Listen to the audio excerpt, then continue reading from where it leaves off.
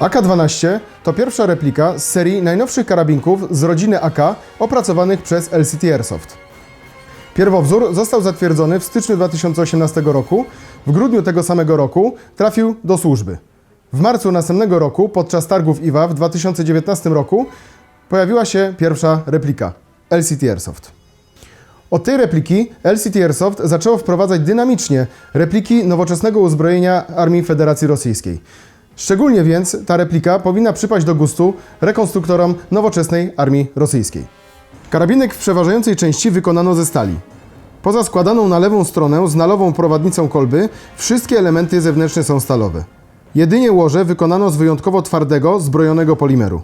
Jak zwykle u LCT Airsoft replika wykonana jest bardzo starannie. Na korpusie odwzorowano rozmieszczenie kołków montażowych i zgrzewów. Niestety, oznaczenia przełącznika rodzaju ognia nie są zgodne z oryginałem. Bojowy AK-12 posiada możliwość strzelania dubletami. Replika tej możliwości nie ma, prawdopodobnie stąd brak jest stosownego oznaczenia. W AK-12 zrezygnowano z tradycyjnej bocznej szyny montażowej. W jej miejsce zastosowano długą szynę Picatinny, biegnącą przez całą długość pokrywy komory zamkowej. Przeniesienie punktu montażu celowników na pokrywę komory wymusiło zmianę sposobu jej mocowania. W AK-12 nie ma tradycyjnego przycisku w tylnej części pokrywy, która teraz blokowana jest na wewnętrznych zaczepach z tyłu i obrotowym kołku w przedniej części. Pod pokrywą przewidziano miejsce na akumulator. Zmieszczą się pakiety w formacie stick.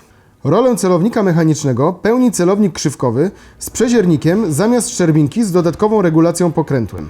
Celownik można dowolnie przesuwać lub całkowicie go zdemontować. Z przodu na kolanku gazowym umieszczono tradycyjnie regulowaną muszkę. Nowością w AK-12 jest pojawienie się tuż obok niewielkiego pokrętła. Nie jest to regulator gazowy, a atrapa zatyczki rury gazowej, służąca w oryginale do czyszczenia i konserwacji.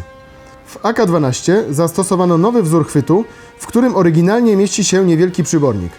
W replice oczywiście przybornika nie ma, ale ergonomiczny kształt chwytu został wiernie odwzorowany. W oryginale magazynek ma przeźroczyste okienka, przez które można kontrolować ilość pozostałej amunicji. Magazynek repliki okienek nie ma. Wykonany jest w całości z jednorodnego tworzywa. Mechanicznie replika nie zaskakuje. Wykorzystano gearbox i elementy wewnętrzne standardowe dla LCT Airsoft. Stalowe koła zębate obracają się na łożyskach kulowych, a układ pneumatyczny z tłokiem o stalowych zębach jest bardzo szczelny. Głowica tłoka i prowadnica sprężyny są oczywiście łożyskowane. Replika miota kulki z powtarzalną prędkością 390 fps. Praca mechanizmu nie budzi żadnych zastrzeżeń.